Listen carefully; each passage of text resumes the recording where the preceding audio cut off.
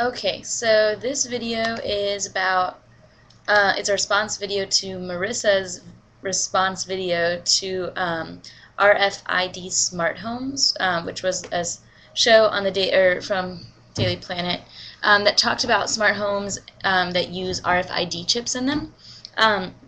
And some of the things that the house did was provide security. So if the doorbell rang, the camera that was outside the door would send an image to a computer inside the house that would show you who's outside. So it's like taking an intercom system that we have now that are outside of doorbells and moving it to a visual image. There's also, like, a few of the other things that the house did was automatically unlock the door when you came near it. So you would have a chip in your shoe and a sensor underneath the doormat. And when those got close enough, the door just automatically unlocked, so you didn't have to use a key. Now, Marissa was linking this to convenience in terms of what Slack and Wise talked about. And she said that we used to treat needs as biological needs of like food and shelter and that kind of thing, but now it's to the point where we consider what we used to think were wants as needs. She gives an example of considering having a cell phone as a necessity, and talks about how conveniences in the long run sometimes end up as inconvenient. So like people who work from home don't communicate face to face, and so they miss out on those daily interactions and maybe have lower social interaction skills, or so they gain weight because they're like working from home as opposed to being out and about. So I'm going to talk a little bit about how this surveillance idea of the smart homes with the RFID chips so how that relates to surveillance with like Gary T. Marx's soft surveillance article and Andrejevic's iSPY article. So here, we'll start here. Some of the concerns with having this smart home, though it's like you watch it and you're like, oh, that's really cool, like that'd be great not to have to find the remote or to not have to go to the door to see who's there. But some people are concerned about the amount of information that the home has to gather in order to be of use to you. So this concern about data collection and privacy, fear of hackers, and what kind of, like, where does all that information go, who owns it, and who can have access to it. What they say in the video is they have this information on what time visitors came and went, or how much beer you drank last week. So it's personal information that we often view, or we do view privacy as inside the home. And so in the home we think we're kind of protected from any kind of surveillance, but this idea of a smart home really takes surveillance and puts it inside a private home. It's one thing to go to a cashier that asks you what your zip code is because you're purchasing money there, and one thing for a house to have information and record the information that you do inside of your own home as opposed to in a public place like a store with a cashier. Okay, so I watched another video about RFID risks, and it was very dramatic and had some dramatic music, but it had some important things to look at. For example, there are RFID chips in credit cards now, so people can just buy a RFID reader on eBay for like $8, some like really low cost, and just by walking past you with that reader, they can get the information from your credit card if that credit card has the RFID chips in it. So it really is this fear about being able to collect your information and getting that kind of, having that kind of access to your personal information, which you may think is actually benefiting you because it's convenient, but it's actually endangering you. Marx talks about soft surveillance as volunteering information on appeals to good citizenship. So it's giving us the impression that we're volunteering information when we actually aren't. This is how I would say that the smart home is an example of soft surveillance.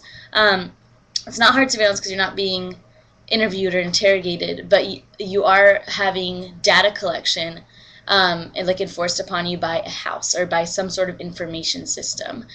This form of new data collection is not invasive, especially because people that have smart homes would think that that's a benefit to them, and so you don't think that that's not really surveillance, because surveillance kind of has a negative connotation. But it definitely has been expanded to new areas and users, like we talked about in class. And so in this case, it's to the users that actually are volunteering their information. And so that's kind of an interesting thing to think about, whether it's considered surveillance if you are volunteering the information knowing that it can be used in some way. Soft surveillance is encouraged by techniques, so it's designed to be less directly invasive, so it does seem like it's less of an invasion of privacy. And they don't, like, those tactics don't necessarily need subject knowledge. And so though you may be aware that that information is being collected, you don't necessarily need to know about it, which kind of sounds paradoxical, so I'll explain.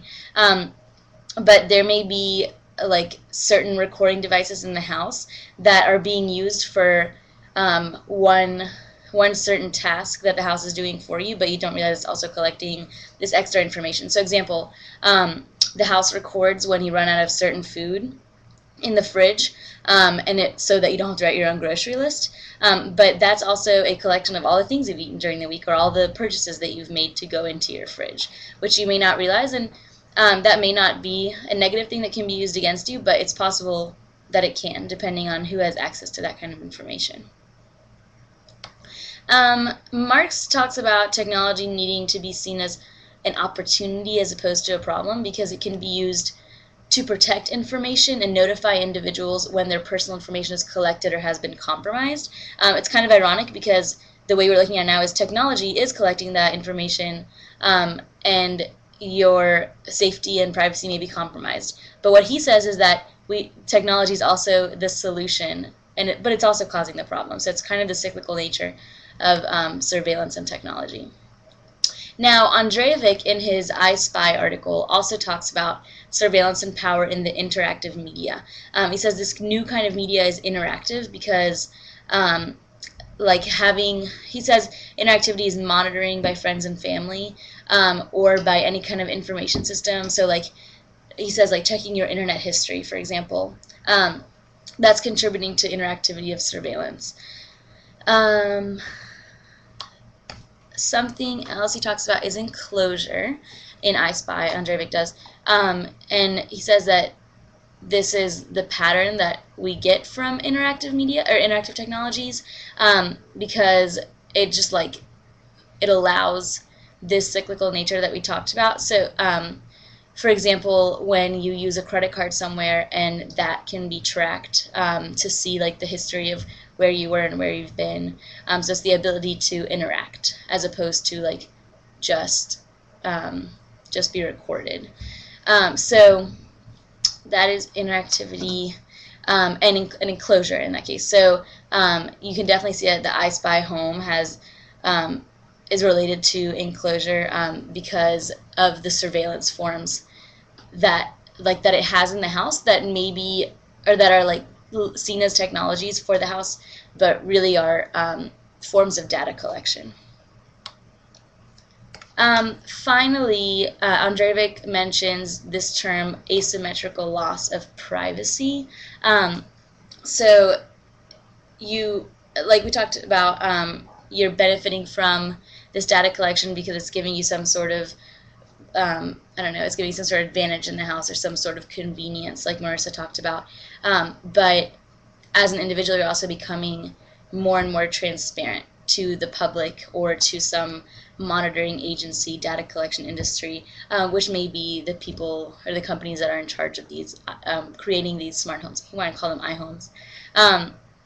So this loss of privacy is one of the fears that a lot of people have about smart homes, because the home has always been seen as a place that is strictly private and that you that is for yourself. And though it's really cool, like some of the things I saw in there, like I really want in a house, because it does make it more convenient, like Marissa said. But there is this fear of like who has this information and what can they do with it, and like, am I being compromised, or is there any way this information can be used against me, even innocent information like the contents of your fridge?